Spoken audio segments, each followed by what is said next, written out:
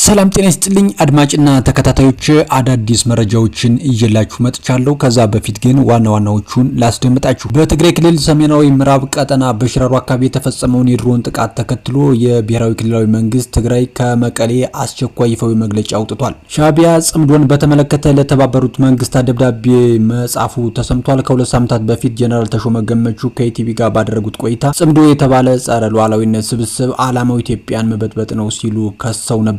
ይህንን ክስ በተመለከተ ታዲያ ሻዕቢያ ለተመድ አነጋጋሪ ደብዳቤ ጽፏል ተብሏል። በዝርዝር የምናየው ነው የሚሆነው። እንዲሁም በመጨረሻ በተመድ የተዘከረው የኢትዮጵያ ዓለም አቀፍ የሰላም ዲፕሎማሲ የላቀ አሻራና የጀግኖች ሰላም አስከባሪዎች መስዋዕትነት በተባበሩት መንግስታት ድርጅት ዋና መስሪያ ቤት በተካሄደው የ2026ቱ የዓለም አቀፍ የሰላም አስከባሪዎች ቀን መታሰቢያ ላይ ለዓለም ሰላም ሲሉ ህይወታቸውን ላጡ ኢትዮጵያውያን ሰራዊት አባላት ታሪካዊ መስዋዕትነት ታላቅ ክብር ተሰጥቷቸዋል። በዝርዝር የምናየው ነው የሚሆነው። እስከ ዝግጅታችን ፍጻሜ ድረስ አብራችሁን ቆዩ። በቅድሚያ ወደምናየው ዝግጅታችን ስናልፍ ከተመድ መስራች ሀገራት መካከል ግንባር ቀደም የሆነችው ኢትዮጵያ ላለፉት በርካታ አስርት ዓመታት በዓለም አቀፍ የሰላም ማስከበር ተልዕኮዎች ላይ ከፍተኛ ቁጥር ያላቸው ሰራዊት በማሰማራት ያሳየችውን ቁርጠኝነት በዓለም አቀፍ መድረክ በጉልህ ተመስክሮላታል። ሰሞኑን የተከበረውን ዓለም አቀፍ የሰላም አስከባሪዎች ቀን ምክንያት በማድረግ የተመድ ዋና ጸሐፊ አንቶኒዮ ጉተሬዝ የሰላም ጥበቃ ስራ ከተጀመረበት በዛሬ 80 ዓመታት ወዲህ ህይወታቸውን ላጡ 40500 ለሚጠጉ የሰላም አምባሳደሮች የአበባ ጉንጉን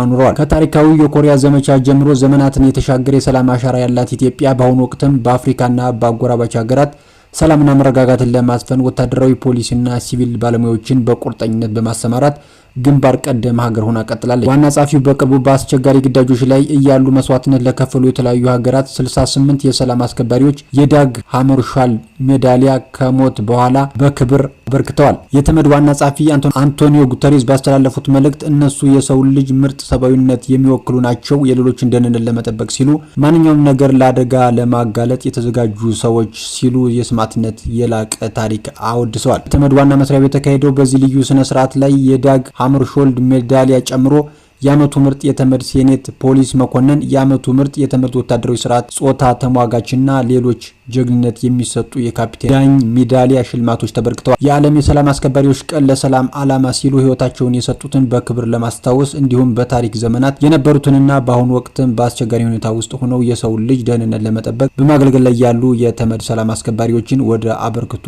እውቅና ለመስጠት በየዓመቱ ይከበራልም ተብሏል። በሌላ መረጃ ሻዕቢያ ጽምዶን በተመለከተ ለተባበሩት መንግስታት ድርጅት ደብዳቤ መጻፉ የተሰማ ሲሆን ከሁለት ሳምንት በፊት ጀነራል ተሾመ ገመቹ ከኢቲቪ ጋር ባደረጉት ቆይታ ጽምዶ የተባለ ጸረ ሉዓላዊነት ስብስብ ዓላማው ኢትዮጵያን መበጥበጥ ነው ሲሉ ከሰው እንደነበር ይታወቃል። ይህን ክስ በተመለከተ ታዲያ ሻዕቢያ ለተመድ አነጋጋሪ ደብዳቤ መጻፉ ተሰምቷል። ሻዕቢያ የጠቅላይ ሚኒስትር አብይ አህመድ አስተዳደር ቀንደኛ ተቀናቃኞችን ያሰባሰበበትን ጽምዶን የአፍሪካ ቀንድ የሰላም ንቅናቄ እንቅስቃሴ አድርጎ ለመንግስታቱ ድርጅት አቅርቧል።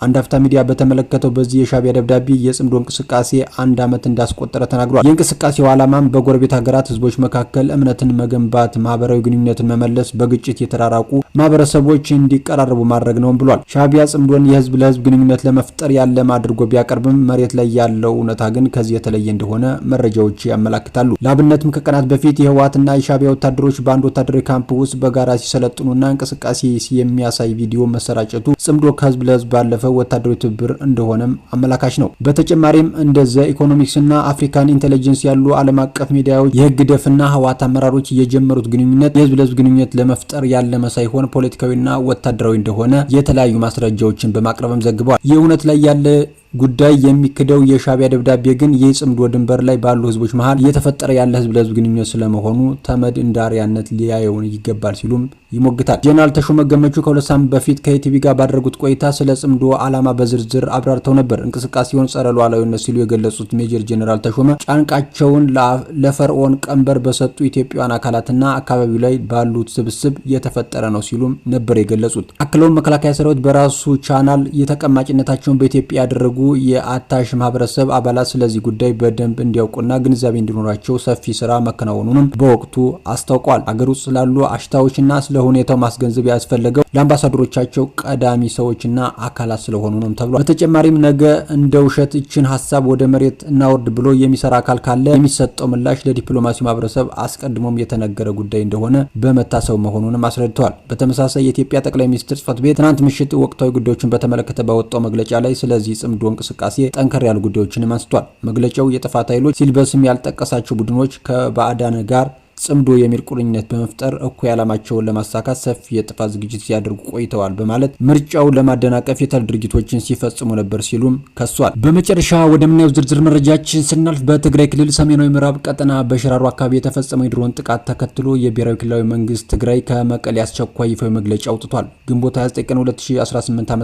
የወጣው ይህ መግለጫ የፌዴራሉን የብልጽግና ስርዓት በግልጽ በመወንጀል በተጠቀሰው ቀጠና በዕለት ተዕለት ስራ የእንቅስቃሴ ላይ በነበሩ የትግራይ ሰራዊት አባላት ላይ የአየር ድብደባ መፈጸሙንና በዚህ ምክንያት በሰውና ህይወት እና በአካል ላይ በንብረት ላይ ከፍተኛ ጉዳት መድረሱንም አስታውቋል። ይህ ክስተት በፌዴራል መንግስትና በትግራይ ኃይሎች መካከል በዓለም አቀፍ ማህበረሰብ ፊት የተፈረመውን የፕሪቶሪያውን የሰላም ስምምነት በግልጽ የጣሰ ነው ሲልም የክልሉ መንግስት በጥብቅ ኮንኗል። የክልሉ መንግስት ባወጣው በዚህ መግለጫ ላይ እንዳለው ቀደም ሲል በትግራይ ህዝብ ላይ የተፈጸመው ዘር የማጥፋት ወንጀልና ያስከተለው ማህበራዊ ኢኮኖሚያዊ ውድመት ሳይበቃ አሁንም በጦርነት ያልተሳካለትን ዓላማ ለማስፈጸም የፌዴራል መንግስት በተለያዩ የክልል አካባቢዎች የድሮን ጥቃት እያደጋገመ ይገኛልን ብለዋል። ከዚህ በተጨማሪ ክልሉን ይበልጥ ለማሸማቀቅና ዳግም ወረራ ለመፈጸም እንዲያመቸው በጀት፣ ነዳጅ፣ መድኃኒትና የጥረት ገንዘቦችን በመዝጋት አሁንም ግልጽ የሆነ ጭካኔና የሰብአዊ መብት ጥሰት ተግባራትን እያከናወነ ይገኛል ሲልም ከሷል። የትግራይ ህዝብ ላይ ላሳየው የሰላምና የትዕግስት ምርጫ የተሰጠው ምላሽ የመድፍና የታንክ ድብደባ መሆኑን የጠቀሰው መግለጫው ይህ አይነቱ አካሄድ ፍርሃት